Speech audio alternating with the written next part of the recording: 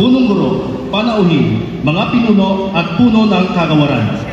Mic testing, sound check, 1, 2. Yo, what's up mga Lodi? This is Daddy Bones Motovlog and welcome back to my channel. So meron nagtatanong sa ating isang followers kung naka-auxiliary out ba tayo sa mixer natin nung event natin ng graduation dahil napaka-clear daw ng boses ng ating mga MC and ng ating mga mic. So yes, and kung gusto niyo ng connection, na nakita ko rin sa inyong comment na paano ba ang connection ng AUX ko. So ako hindi ako nakapag-aral ng about pagdating sa mga audio. Bali bumabase lang ako sa aking tenga. Tulad din ng mga pro. Although malaking advantage talaga pag nag-aral ka, pero ang importante ay yung tenga natin kung paano tayo magpipihit ng ating mga processors. So sa pag-aaral ko sa YouTube, sa Facebook, and sa mga veterano nagtuturo sa ating social media ay natutunan ko rin kung paano. And totoo nga na hindi nyo kailangan kopyain yung mga pihit ko sa aking mga equalizers, processors, and sa aking mga mixers. So, ang kailangan nyo lang is tenga. Importante, malinaw, clear. So, gagawa tayo ng connection. Let's go! So, bago tayo magawa, magsisiga muna tayo ng katol dahil maraming lamok dito sa aming garahe. Umpisa muna natin sa aking mga ginagamit. So, ito ang aking mixer. Spider 8 channel ng Joson. And then, hindi ho yan sponsor. Yan ay galing sa sarili kong pera. Hindi yan sponsor, okay? Meron kasi nagsabi na kaya daw sinasabi lahat ng review ko ay okay, magaganda dahil sponsor sa akin ng brand na to. So hindi, nagandahan lang ako sa Joson and ito lang muna yung kaya ng ating budget. Kaya ito lang muna ang ating nabili.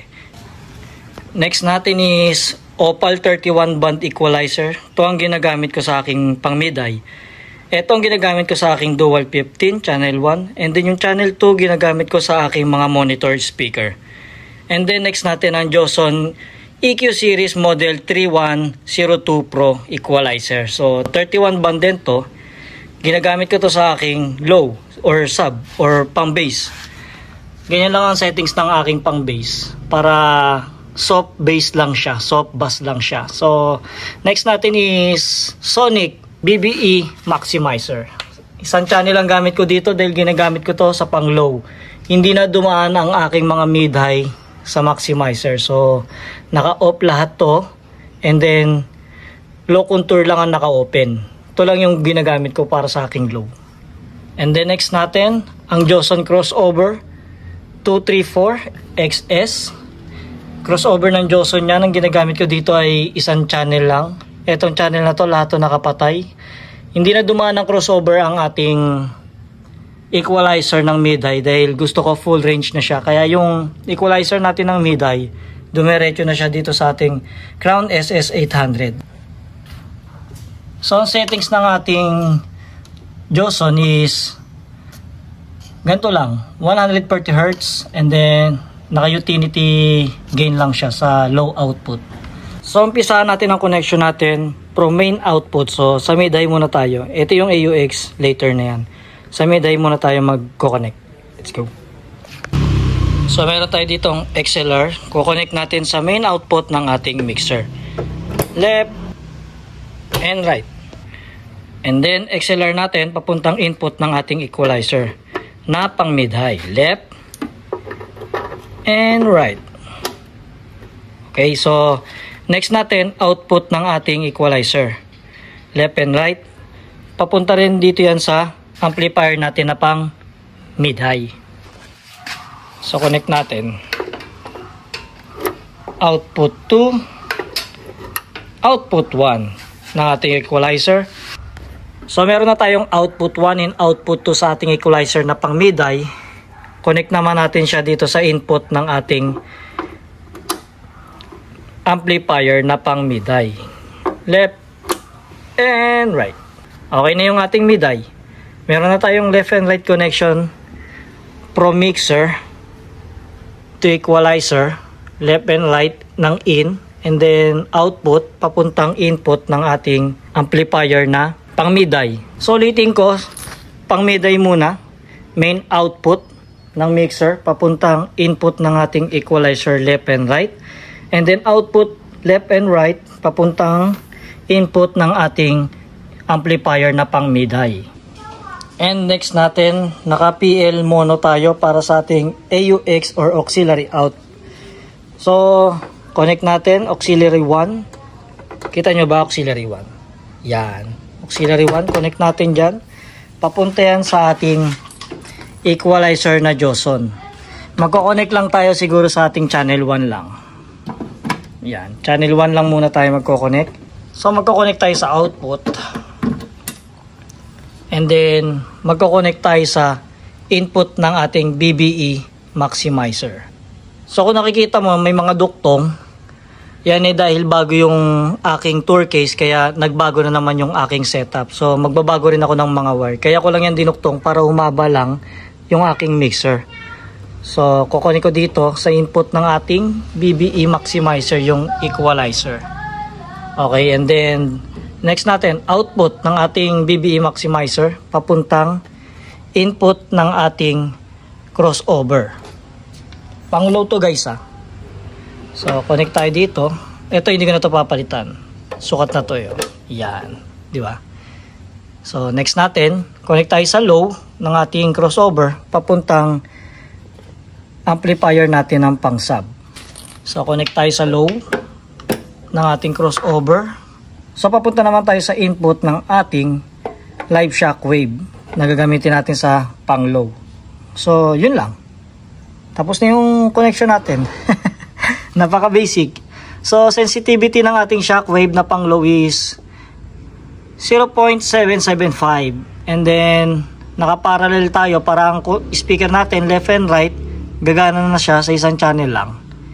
And then, next natin, high pass filter natin naka-off, low pass filter natin naka-on dahil ito ay ating pang-low.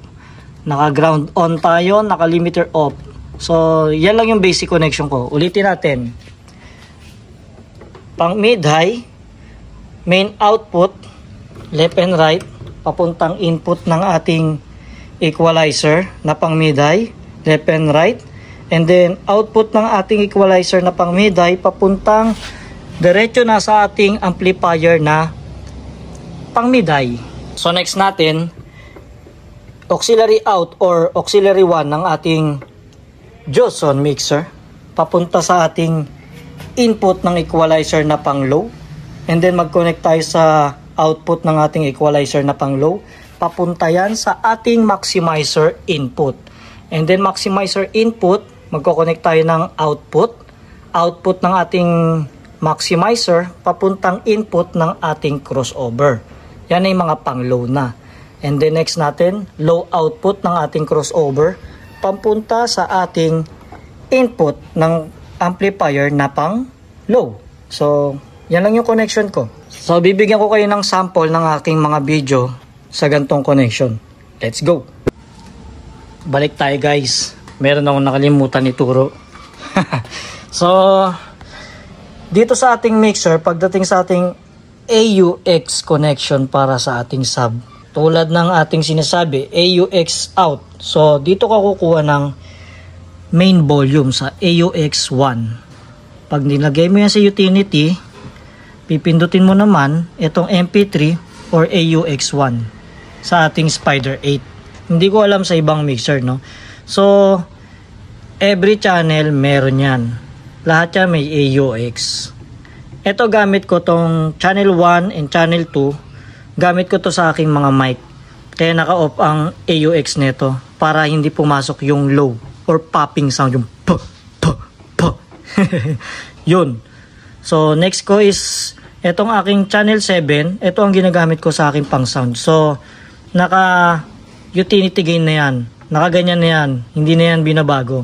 In case na baguhin ko yan, maaari, babawasan ko kung masyadong malakas ang bass ng music. Okay? Ganun lang. Sobrang basic. Kahit laksan mo to, pag to walang volume, hindi gagana ang bass. Kahit gaano mo laksan yan. Hindi gagana ang bass unless na lang kung dadagdagan mo nito.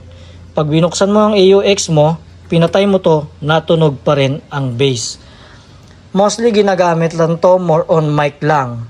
Kung ang event mo more on mic, mas maganda gumamit ka ng AUX. Kung pang disco, hindi mo na kailangan ng AUX. Pang disco lang naman, pwede ka nang gumamit sa main mo ng left and right. Let's go! Mic testing, sound check, 1, 2. Mic testing, sound check, 1, 2, 3. Mic testing, sound check, check. Mic testing, 1, 2.